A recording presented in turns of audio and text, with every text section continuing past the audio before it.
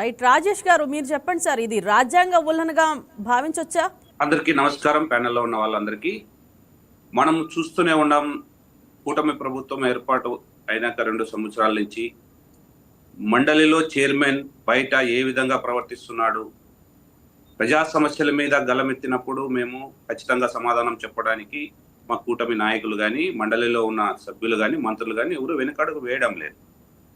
కానీ అక్కడికి రావడము, కొంతమంది రచ్చ చేయడము, లేకపోతే శాసన మండలి సరిగా జరగనీయకోకుండా వాళ్ళు వ్యవహరిస్తున్న తీరు మనము ప్రజలందరూ గమనిస్తున్నారు. ఒక పార్టీ ఒక చట్టబద్ధమైన రాజ్యాంగమైన పదవిలో ఉన్న చైర్మన్ గారు ఒక పార్టీ వ్యక్తిగా వ్యవహరిస్తున్నాడు. మనం చూస్తున్నాము. ఒక వ్యక్తి స్వేచ్ఛను హరించే విధంగా ఈరోజు ఆయన ప్రవర్తన ఉంది. ఎందుకంటే స్వచ్ఛందంగా బాబు మేము రాజీనామా చేసినాం, మేము మాది ఆమోదించండి అని అంటే ఇంతవరకు ఏ రాష్ట్రంలో కానీ లేకుంటే దేశంలో కానీ ఎక్కడ ఇంత వింత పరిస్థితి చూడాల. మేము రాజీనామా చేసినాం, మా ఆమోదించండి, మేము బయటికి వెళ్ళిపోతాం, మీరు వద్దు, మీ పార్టీ వద్దని బయటకు వచ్చేసిన వాళ్ళను ఇంకా వాళ్ళని టార్చర్ పెడుతూ వాళ్ళని ఇబ్బందులకు గురి చేస్తూ ఇంత నీచానికి దిగజారుతుంది వైఎస్ఆర్ పార్టీ అంటే మనం ఒక్కసారి ఆలోచన చేసుకోవాలి. ఇంకా వీళ్ళకు ఎంత ప్రజలు బుద్ధి చెప్పినా ఇంకా ఏమాత్రం సిగ్గు లేకోకుండా ఈరోజు ప్రవర్తిస్తున్నారు. ప్రజల్లో చూస్తున్నాం మనము. ఈయన మోసేష్ రాజు చైర్మన్ గారు ఒక పార్టీకి అంటగాగుతూ వాళ్ళ చెప్పిన విధానంలో పాటిస్తూ ఈరోజు ఈ రాజ్యాంగమైన పదవిలో ఉండి ఈరోజు అందరి హక్కుల్ని కాలరాయడమే. ఎందుకంటే హైకోర్టు డైరెక్షన్ ఇచ్చింది 4 వారాల్లో అతనే మీ నిర్ణయం చెప్పండి, మీ నిర్ణయాన్ని ప్రకటించండి అంటే మరి అతను సరిగా కోర్టుకు అప్రోచ్ గాక చైర్మన్ గారు 10,000 రూపాయలు జరిమానా వేసిన పరిస్థితిగా మనం గతంలో చూసాం. మరీ నోటీసులు ఇస్తే అప్పుడు చైర్మన్ గారు స్పందిస్తారు. మళ్ళా 3 వారాల సమయం ఇచ్చి దీని మీద నిర్ణయం తీసుకోండి.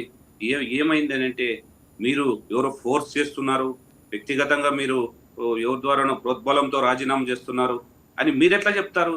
ఆయన వ్యక్తిగత విషయాలు నీకేం తెలుసు? ఆయన ఎందుకు రాజీనామా చేసినారు వాళ్ళు అనేది నువ్వు వాళ్ళ అంతరంగంలోకి వెళ్ళి చూస్తాండావా, లేకపోతే నువ్వు ప్రజాస్వామ్య పద్ధతిలో చూస్తున్నావా? ఇవన్నీ మనము బేరీజ్ వేసుకోవాలి. ఎందుకంటే ఇంకా గత 5 సంవత్సరాలు మనం చూసాం, రాక్షస క్రీడ జరిగింది రాష్ట్రంలో. ఇంకా మా పెత్తనం సాగాల, ప్రజలు బుద్ధి చెప్పినా కానీ ఇంకా మేము అనుకున్నదే జరగాల అనే రీతిలో సాగితే ఇవన్నీ పప్పులుడుకోవు. ఖచ్చితంగా న్యాయం, చట్టం అనేది ఒకటి ఉంది. ఖచ్చితంగా న్యాయానికి, చట్టానికి లోబడే మీరు రాజ్యాంగ పదవిలో ఉన్నారు కాబట్టి మీరు అనుసరించాలా. అంతేగాని నేను ఇలాగే ఉంటాను, నేను ఇలాగే చేస్తానంటే అది మంచి సాంప్రదాయం కాదు. పార్లమెంటరీ చట్టంలో ఎన్నో ఉన్నాయి, అవన్నీ తెలుసుకొని మీరు పాటించండి. పక్కన ఇంతకుముందే పెద్దలు చెప్పారు, తెలంగాణలో అయితే, కర్ణాటకలో అయితేనేమి, ఢిల్లీలో అయితేనేమి ఎంతో మంది రాజీనామా చేసి వాళ్ళ వ్యక్తిగత కారణాల వల్ల వెళ్ళిపోతున్నారు. ఎన్నోసార్లు చైర్మన్ గారిని జయమంగళ వెంకటరమణ గారు కలవడము, వ్యక్తిగతంగా రాజీనామా పత్రాలు అందజేయడము 2024 నుంచి దాదాపు అంటే 2 సంవత్సరాల నుంచి ఇదే తంతుగా నడుస్తుంది. ఇది ఏమాత్రము మంచి పద్ధతి కాదు. ఒక వ్యక్తి యొక్క స్వేచ్ఛను హరించినట్లే ఈ నిర్ణయాన్ని అని మేము ఖచ్చితంగా చెప్తాం. ఎందుకంటే ఖచ్చితంగా ఒక వ్యక్తి యొక్క స్వేచ్ఛను హరించే హక్కు ఎవరికి ఉండదండి. ఈ ఒక రాజ్యాంగమైన పదవిలో ఉండి వాళ్ళు ఎలా ఇలా చేస్తారు? ఖచ్చితంగా కోర్టు ఉత్తర్వులను అనుసరించి వీళ్ళు చేస్తారని మేము చూసాం. కానీ వీళ్ళు కోర్టును ధిక్కరిస్తారు, ప్రతి ఒక్కరిని ధిక్కరించే పరిస్థితిలోనే ఉండారు. ఇంకా మేము ఇలాగే చేస్తాము, ఇలాగే ఉంటామనే ధోరణిలో ఉండారు. ప్రజలందరూ గమనిస్తున్నారు. మీకు రాబోయే కాలంలో ఇంకా మీకు ఎంత ప్రజల బుద్ధి చెప్పినా మీరు మారే పరిస్థితులు లేరు కాబట్టి ఖచ్చితంగా మీకు ఇంకా ప్రజలు ఇంకా మీకు అధపాతాళానికి తీసుకెళ్లే పరిస్థితి వస్తుంది ఖచ్చితంగా. ఎందుకంటే కుమార్ రాజా గారు మీరు చెప్పండి, స్వచ్ఛందంగా నమస్తే సార్ స్వచ్ఛందంగా రాజీనామా చేస్తే ఆమోదించడం చైర్మన్ బాధ్యత, మరి ఎందుకు సార్ తిరస్కరిస్తున్నారు?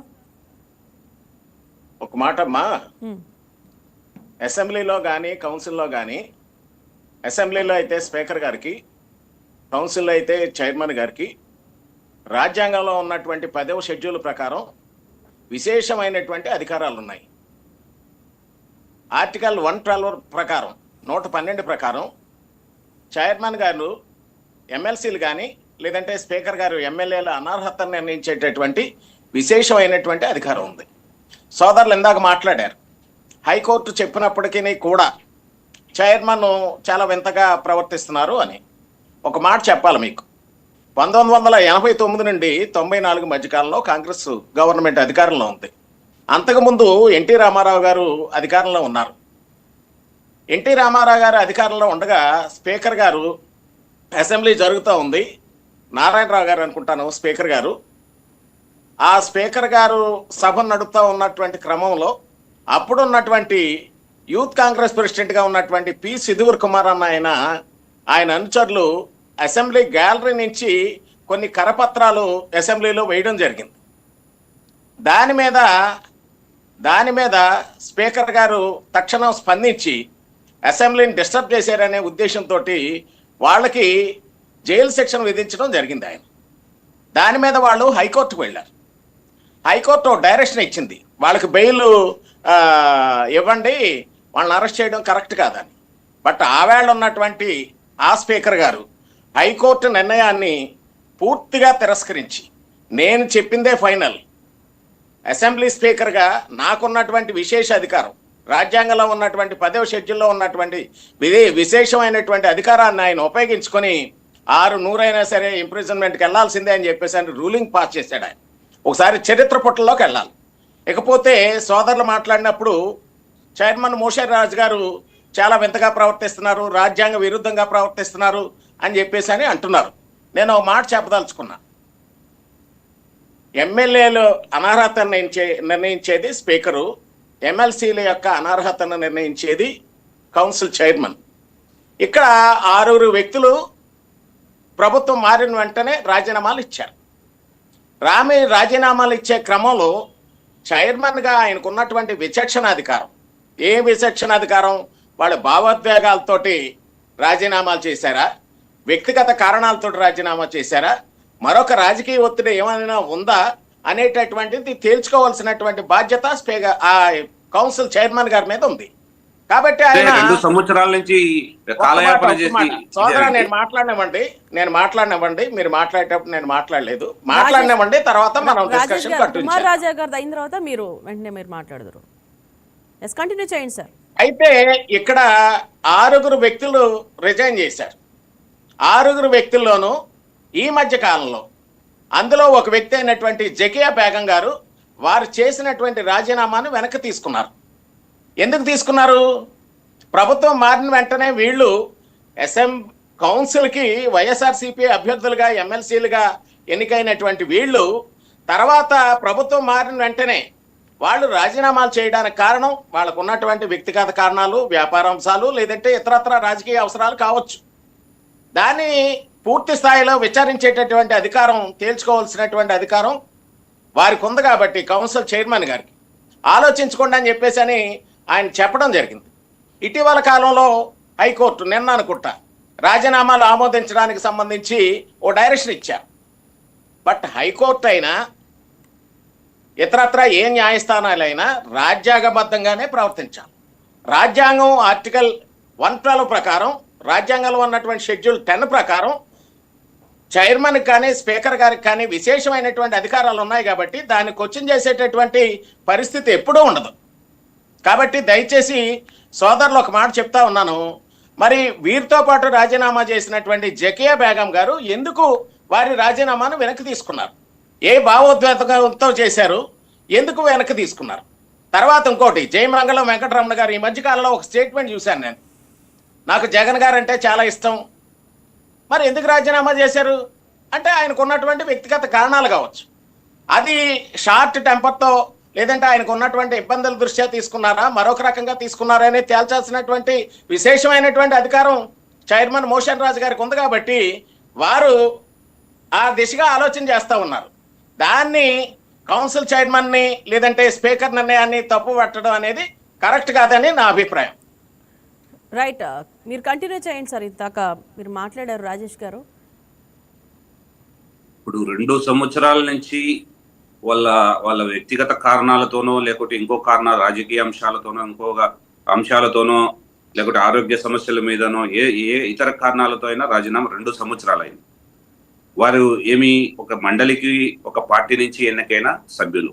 మీరు వద్దు, మీ పదవి వద్దు, మీ పార్టీ వద్దు, అని తెగదెంపలు చేసుకొని బయటకు వచ్చి మా రాజీనామాను ఆమోదించండి, మేము ఉండదలుచుకోలేదు మీ పార్టీలో అంటే 2 సంవత్సరాల నుంచి కాలయాపన చేసి ఇంకా ఏదో మార్పు వస్తుంది దీంట్లో, ఇంకా వాళ్ళ సమయం అయిపోయినాక మనం నిర్ణయం తీసుకునే లోపల ఇప్పుడు జకియా బేగంది సమయమే అయిపోతుంది. రేపు నెలలో జూలైలో ఆమె సమయమే అయిపోతుంది. మీరు ఏం నిర్ణయం తీసుకునేట్లా? మీరు ఒక మార్గదర్శకంగా ఉండాలా. చైర్మన్ అంటే రాజ్యాంగమైన పదవిలో ఉన్న వ్యక్తి ఈ రాష్ట్ర ప్రజలకు కానీ దేశ ప్రజలకు కానీ మీరు తీసుకునే నిర్ణయాల పట్ల నమ్మకం కలిగించాలి. నమ్మకంతో పాటు మీరు ఒక మార్గ నిర్దేశకుడుగా ఉండాలి తప్ప ఈ నాన్చుడు ధోరణి అనేది మంచిది కాదు. మేము చెప్పేది అదే, ఈ నాన్చుడు ధోరణి అనేది మంచిది కాదు. ఎందుకంటే స్పాట్ లో నిర్ణయాలు తీసుకున్నారు చక్రపాణి రెడ్డి విషయంలో.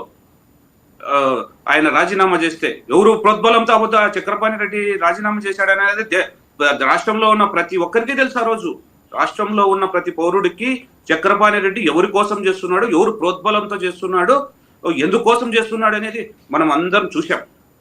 ఇప్పుడు అలాంటి ప్రోద్బలాలు లేకపోతే ఒక లీడర్కు జగన్ అంటే ఇష్టము, జగన్ అంటే ఇష్టం అంటే ఆ పార్టీని వదిలిపెట్టాడు, ఆ పదవిని వదిలిపెట్టాడు. వ్యక్తిగతంగా ఇష్టం వేరు, పార్టీ మీద ఇష్టం వేరు, లేకపోతే ఆయన వ్యక్తిగత సమస్య వేరు. మనము వ్యక్తి ఇష్టమని మనం అన్ని చేయలేం కదా.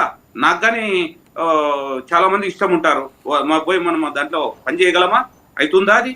అది రాజకీయ అంశం వేరు, వ్యక్తిగతమైన ఇష్టాలు వేరు. ఆ ఇష్టాలను మనం గౌరవంగా గౌరవించాలనేది మా ఉద్దేశం అంతే. ఇప్పుడు జయమంగళం గారు అయితేనేమి, ఇంకోరు జకియా బేగం గారు అయితేనేమి, వాళ్ళ ఇష్టాలను మనం గౌరవించాలా. మేము రాజీనామా చేస్తున్నాము, కారణాలు వెల్లడించారు, వాళ్ళని పర్సనల్ గా చైర్మన్ గారిని కలిసి వివరించారు. ఇంతకన్నా కారణాలు ఇంకేం కావాలా? సెక్రటరీకి అందజేశారు. ఇన్ని కారణాలు పెట్టుకొని మరి ఈరోజు ఈ విధంగా మాట్లాడటము, ఈ విధంగా చేయడం మంచి సాంప్రదాయం కాదు. ఇది ఈ భవిష్యత్తులో ఇంకా మనం ఏమి నిర్ణయాలు చేస్తాము చట్ట పరిధిలో కానీ లేకపోతే పార్లమెంటరీ వ్యవస్థలో కానీ ఇవంతా మనం యూత్కు ఇచ్చే మా సందేశం ఏంది? దీనివల్ల ఏం ఉపయోగం చెప్పండి. మీ స్వలాభము, మీ రాజకీయ ఒత్తిడి ఉందని మీరు అంటున్నారో లేకపోతే ఇంకోటి అంటున్నారో, అది కారణాలు చెప్తున్నారు, కానీ దానికి ఆధారాలు కావాలా. ఆధారం లేనిది మనం మాట్లాడకూడదు. ఒక వ్యక్తిని మనము అవమానపరిచినట్లే. ఇప్పుడు ఆయన స్వచ్ఛందంగా రాజీనామా పత్రం ఇచ్చేసినాక, అన్ని కోర్టుల చుట్టూ తిరిగినాక ఇంకా ఆయన వ్యక్తిగతంగా కలవలేదు, లేకపోతే నాకు సెక్రటరీకి ఇచ్చాడు, లేకపోతే అతను ఎవరో ప్రలోభ పెడుతున్నారు, ఇవన్నీ నువ్వే ఎలా దానికి సమాధానం? ఇది సరైన పద్ధతి కాదు, ఇది సమాధానం కాదు. ఏదో ఒకటి నిర్ణయం మీరు తీసుకుంటేనే హర్షిస్తారు, ఇంకా గౌరవం పెరుగుతుంది, చట్టసభల మీద ప్రజల్లో గౌరవం పెరుగుతుంది. ఈ గౌరవాన్ని మనం కాపాడుకోవాలంటే చైర్మన్ అనే వ్యక్తి, మీకు విశేష అధికారాలు ఉన్నాయి, మీరు ఏ నిర్ణయమైనా తీసుకోవచ్చు, మేము కాదనలేదు, కానీ ఆ విశేష అధికారాలని మంచి పనికి ఉపయోగిస్తే ప్రజలు ఆశిస్తారు. రైట్. కుమార్ రాజా గారు మీరేమంటారు సార్? చెప్పండమ్మా. రైట్ సార్, నేను ఒక మాట చెప్తానండి.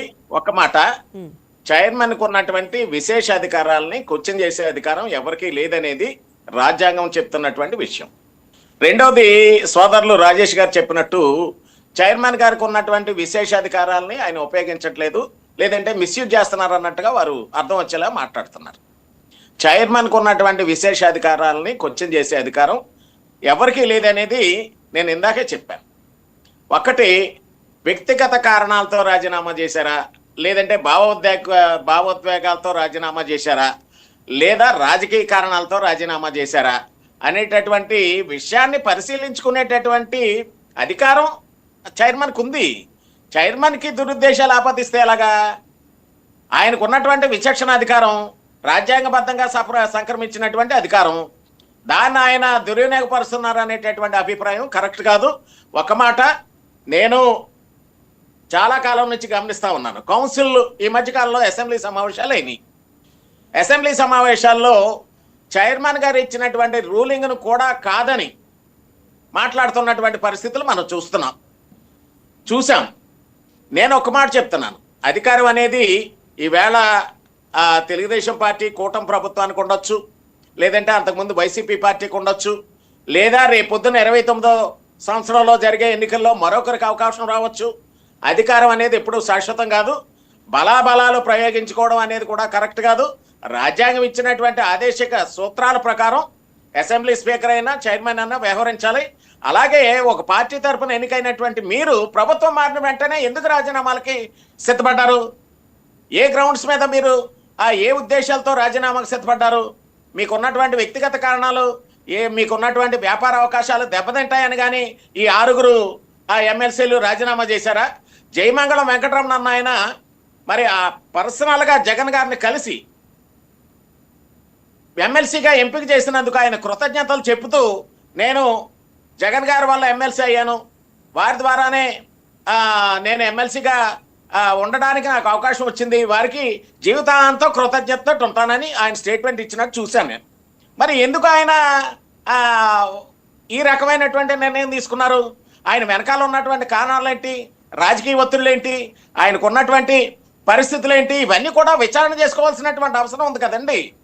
రాజ్యాంగం ఇచ్చినటువంటి ఆదేశిక సూత్రాలు అవి, చైర్మన్ ఉన్నటువంటి విశేషాధికారం, సార్ కుమార్ రాజా గారు దాన్ని క్వశ్చన్ చేసే అవకాశం ఎవరికి ఉంటుంది? రైట్ కుమార్ రాజా గారు